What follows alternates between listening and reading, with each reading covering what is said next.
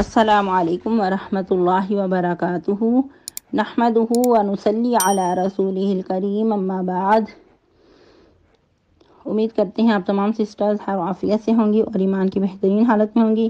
اللہ رب العزت سے دعا ہے آپ کی طرف ہر بننے والا شر خیر و بدل دے، آمین۔ پیاری سسٹرز، ہم لوگ سورۃ الاعراف آیہ مبارکہ 52 تک ٹرانسلیشن، 52 تک تفسیر اور آیہ مبارکہ 53 تک ٹرانسلیشن کر چکے تھے۔ آج مزید 3 آیہ مبارکہ کی ٹرانسلیشن کریں گے اور تفسیر کا لیسن آیہ مبارکہ 53 سے سٹارٹ کریں گے۔ رب اشرح لی صدری ویسر لی امری واحلل عقدۃ من لسانی یفقہوا قولی۔ اللہم بارک لنا فی اوقاتنا، اللہم فقہنا فی الدین، اللہم انی اسألک الہدی والتقی والعفاف والغنی، اللہم الہمنی رشدی واعذنی من شر نفسی۔ اعوذ باللہ من الشیطان الرجیم، بسم اللہ الرحمن الرحیم۔ ان ربکم اللہ الذی خلق السماوات والارض فی 6 ایام ثم استوى على العرش يغشي الليل النهار يطلبه حثيثا والشمس والقمر والنجوم مسخرات بأمره ألا له الخلق والأمر تبارك الله رب العالمين ادعوا ربكم تضرعا وخفية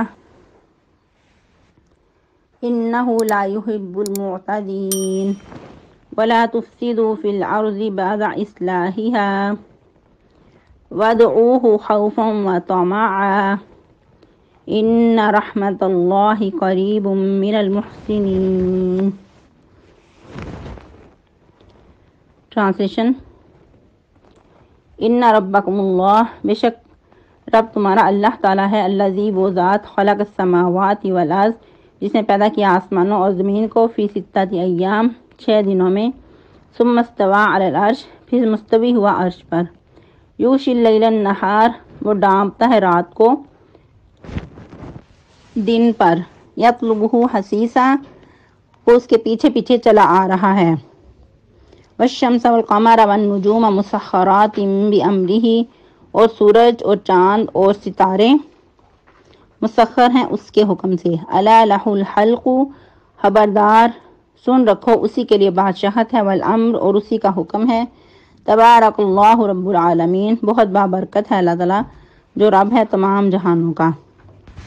ادعوا ربکم پکارو اپنے رب کو، تضرعا وخفیہ عاجزی سے اور چپکے چپکے، انہ لا یحب المعتدین بے شک وہ نہیں پسند کرتا حد سے بڑھنے والوں کو، ولا تفسدوا فی الارض بعد اصلاحها اور نہ تم فساد کرو زمین میں اصلاح کے بعد، وادعوہ خوفا وطمعا اور پکارو اس کو خوف اور امید سے، ان رحمت اللہ قریب من المحسنین بے شک رحمت اللہ کی قریب ہے نیکوکاروں کے۔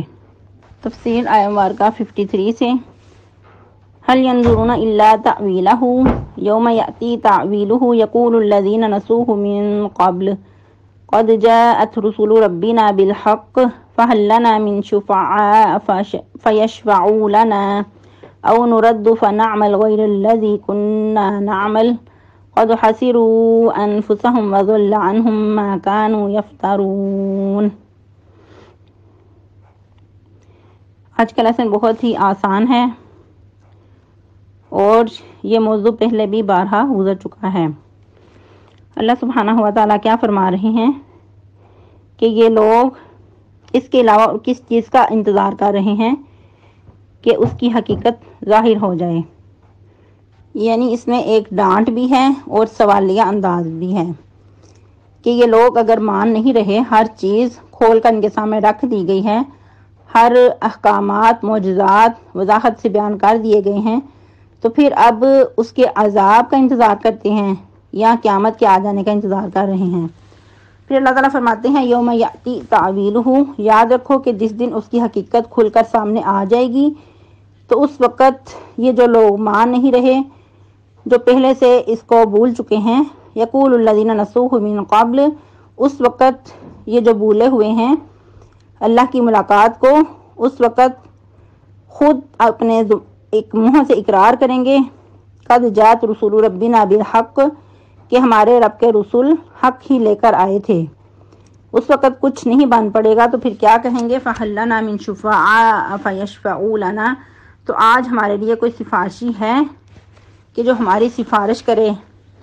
او نردو، یا ہم لٹائے جائیں، فَنَعْمَلْ غَيْرَ الَّذِي كُنَّا نَعْمَلْ، تو جو عمل ہم اس سے پہلے کرتے رہے دنیا پہ وہ نہ کریں، یعنی کہ اس کے بدلے میں اچھے بن جائیں، جیسے اللہ کو مطلوب ہیں ہم ویسے ہی بن جائیں۔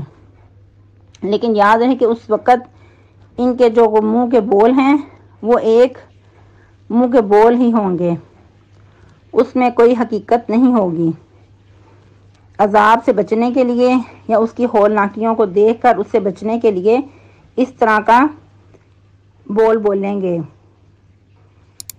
جس وقت اس طرح اپنی سفارشیوں کو پکاریں گے، جو ان کے پیر بنے ہوئے تھے، جو دنیا پہ خود کو لیڈر قرار دیتے تھے اور نجات نامے لکھ کر دیتے تھے، اور کہیں ان کو کہا کرتے تھے کہ تم ہمارے پیچھے پیچھے چلنا، ہم تمہیں جنت میں لے جائیں گے اور تمہاری سفارش کریں گے، ہم تمہیں اللہ کے عذاب سے بچا لیں گے، اس وقت کہیں ان کو دکھیں گے نہیں۔ اگر نظر بھی آئیں گے تو ایک جھگڑے کی کیفیت ہوگی، وہ کہیں گے کہ ہماری سفارش کرو، لیکن جو لیڈر بنے ہوں گے دنیا پہ وہ کہیں گے کہ ہم خود آج اپنی بارے میں کچھ نہیں اختیار رکھتے تو تمہارے بارے میں اب کیا کہیں، اللہ سے ہمیں تو خود ڈر لگ رہا ہے، آج کی ہولناکیوں سے ہم خود پریشان ہیں۔ تو ایسے ہی لوگوں کے بارے میں اللہ فرما رہے ہیں قد خسروا انفسهم، تحقیق ان لوگوں نے اپنی جانوں کو نقصان میں ڈالا، وضل عنهم ما كانوا يفترون، اور سب کچھ اس وقت ان سے گم ہو جائے گا جو کچھ وہ افترا کرتے تھے۔ دنیا میں تو بہت یہ بڑی بڑی باتیں کرتے تھے، بڑے بڑے دعوے کرتے تھے، لیکن اس وقت یہ جھوٹ، یہ اس طرح کے دعوے سب کچھ ان سے چھٹ جائیں گے۔ اس وقت بہت اللہ کے محبوب بننے کی کوشش کریں گے اور دعوے کریں گے کہ دنیا پہ بھیج دیا جائے تو دوبارہ ہم اچھے ہو جائیں گے، جیسے اللہ کہیں گے ویسے ہی ہم کریں گے۔ تو یہی قول فرعون کا بھی تھا مرتے وقت۔ لیکن یاد رہے کہ جب انسان کو اپنی موت کا یقین ہو جاتا ہے، انسان عذاب کو دیکھ لیتا ہے، پھر اس وقت توبہ قبول نہیں ہوتی۔ تو اس وقت یہ لوگ جب قیامت کی ہولناکیوں کو دیکھیں گے تو اسی طرح کہیں گے۔ یہ بول جس چیز سے بھی بچنے کے لیے کہیں گے تو وہ ان کی مانی نہیں جائے گی، چاہے وہ موت کے وقت فرشتوں کو دیکھ کر کہیں، یا پھر حشر کے میدان میں کہیں، یا پھر عذاب کو دیکھ کر کہیں، تو کسی بھی جگہ پہ ان کی یہ بات تسلیم نہیں کی جائے گی۔ جیسا کہ ایک اور مقام پہ اللہ سبحانہ و تعالیٰ فرماتے ہیں اولم نعمرکم ما یتذکر فیہ من تذکر، کہ دنیا پہ ہم نے ان کو اتنی عمر نہیں دی تھی کہ جو شخص نصیحت حاصل کرنا چاہتا ہے تو نصیحت حاصل کر لے، اور ان کے پاس ہمارے پیغمبر بھی آتے رہے، تو اب ان کا اس طرح کہنا کوئی فائدہ مند نہیں ہے۔ پھر مزید اللہ سبحانہ و تعالیٰ اپنی پہچان کروا رہے ہیں کہ جس خالق کو بھولے ہوئے ہو اس کی پہچان تو یہ ہے، ان ربکم اللہ الذی، بے شک تمہارا رب تو اللہ تعالیٰ ہے، الذی وہ پاک ذات، خلق السماوات والارض فی ستۃ ایام، جس نے آسمانوں اور زمین کو 6 دنوں میں بنا دیا۔ جو اتنے وسیع عریض تمہیں آسمان زمین نظر آ رہے ہیں، اتنی وسیع کائنات پھیلی ہوئی، تو اس کو اللہ سبحانہ و تعالیٰ نے ہی وجود بخشا ہے، اور وہ 6 دنوں میں۔ لیکن یہ جو دن ادھر ذکر کیے جا رہے ہیں وہ ہمارے دنوں کی طرح 12 گھنٹے یا 24 گھنٹے کا دن نہیں ہے، بلکہ اس سے مراد ایک دور بھی ہو سکتا ہے، ایک پوری صدی بھی ہو سکتی ہے۔ اس دن کے بارے میں اللہ سبحانہ و تعالیٰ ہی بہتر جانتے ہیں، جیسا کہ اور مقامات سے بھی پتہ چلتا ہے کہ اللہ کا دن جو تم شمار کرتے ہو تمہارے دنوں کے مطابق 1000 سال کا دن ہے۔ یا پھر ایک اور مقام پہ فرمایا کہ 50,000 کا دن، یعنی کہ وہ قیامت کا دن 50,000 سال کا دن ہوگا۔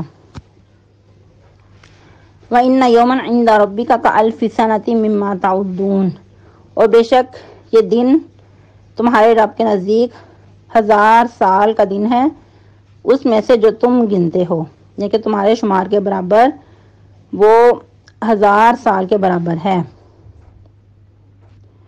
تو حدیث میں اس کی وضاحت آتی ہے کہ کس کس دن اللہ سبحانہ و تعالیٰ نے کائنات کی کون کون سی چیز کو وجود بخشا،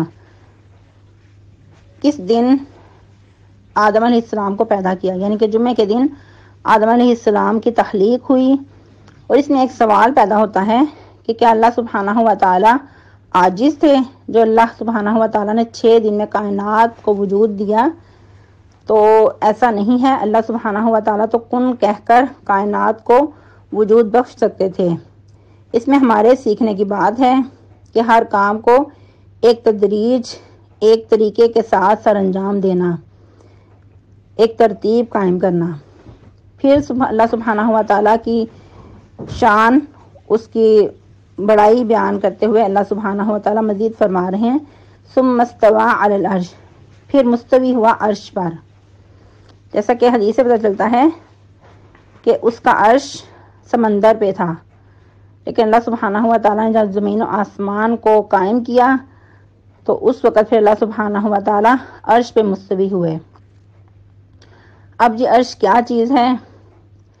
اس کا وجود تو ہے، قرآن و حدیث سے پتہ چلتا ہے، لیکن اس کی کیفیت، اس کی جو لینتھ ہے، اس کی پیمائش کے بارے میں ہم نہیں جانتے، اس کی کیفیت کہ کس طرح کا ہے اور اللہ سبحانہ و تعالیٰ اس پہ کس طرح مستوی ہیں، یہ چیز مجہول ہے، اس کیفیت کو ہم نہیں جان سکتے۔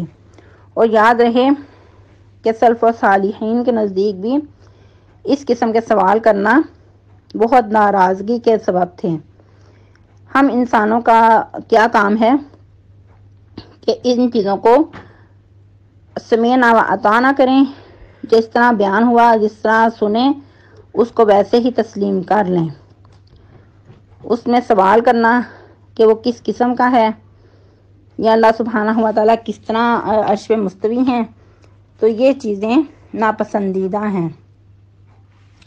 اس کے بارے میں امام مالک سے سوال کیا گیا تو وہ سخت ناراض ہوئے اور کہا کہ اس قسم کے سوال ہی بدعت ہیں، یعنی کہ انسان کو زیب نہیں دیتا کہ اس قسم کے سوال کریں، کیونکہ انسان جتنی بھی اس پہ بات کرے، جتنے بھی اس کی کیفیت جاننے کی کوشش کرے، تو انسان کے ذہن میں بہت کچھ صورتیں آنے لگ جاتی ہیں، تو جتنا بھی سوچے گا اتنا ہی انسان بھٹکے گا۔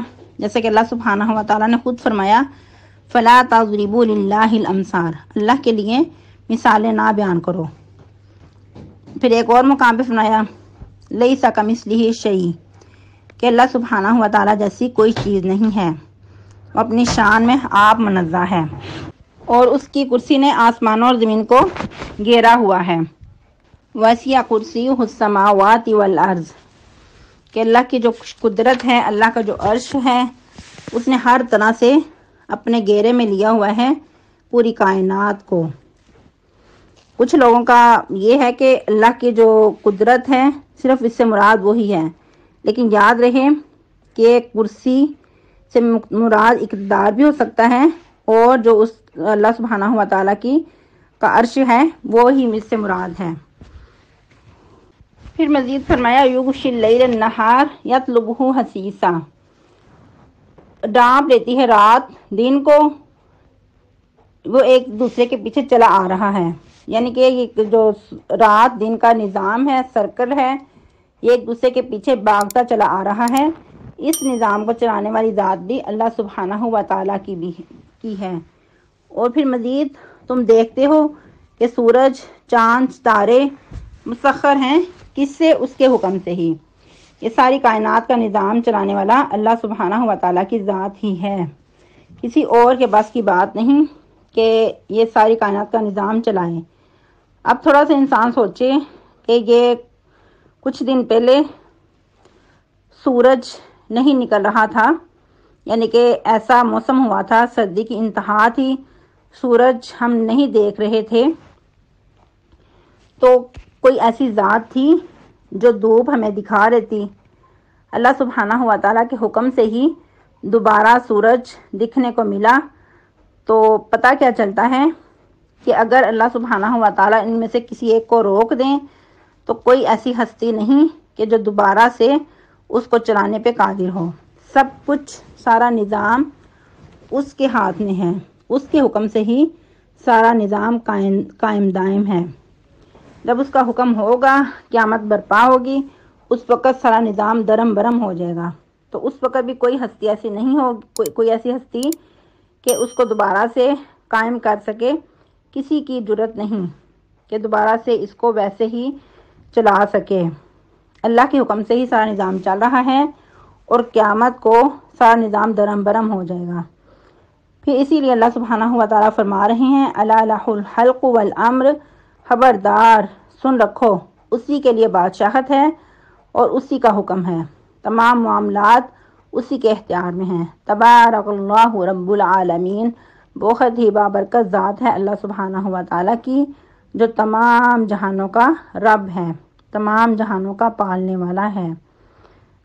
تو مطلوب کیا ہے کہ اسی کو پکارو اور اسی پہ ایمان لاؤ۔ اس سے ہٹ کر کسی کے پیچھے چلو گے تو گمراہ ہو جاؤ گے، بھٹک جاؤ گے۔ جو دنیا پہ آنے کا مقصد ہے وہ ختم ہو کر رہ جائے گا۔ آج کے لیے اتنے کافی ہے۔ یہ ہم لوگ 54 تک تفسیر کر چکے ہیں اور ٹرانسلیشن کا لیسن ہے ہمارا 56 تک۔